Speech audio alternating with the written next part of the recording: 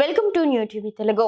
జనసేన అధినేత ఉప ముఖ్యమంత్రి పవన్ కళ్యాణ్ లక్ష్యంగా చేసుకుని వైసీపీ రాష్ట్ర అధికార ప్రతినిధి యాంకర్ శ్యామ్ల తీవ్ర స్థాయిలో వ్యంగ్యాస్త్రాలు సంధించారు.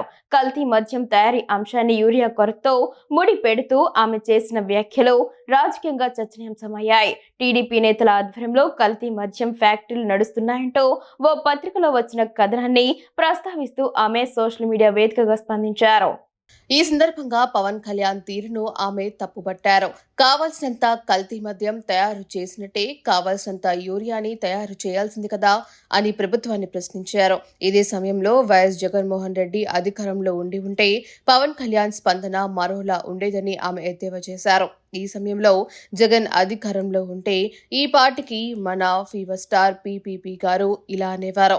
కల్తీ మద్యాన్ని తయారు చేసి మద్యపాన ప్రియుల పొట్టకొట్టారు. సకాలంలో యూరియా అందించలేక రైతుల పొట్టకొట్టారు. ఊహా అని తెగ ఊరేగేవారు. మరి ఇప్పుడు అంటూ శ్యామల ప్రశ్నించారు.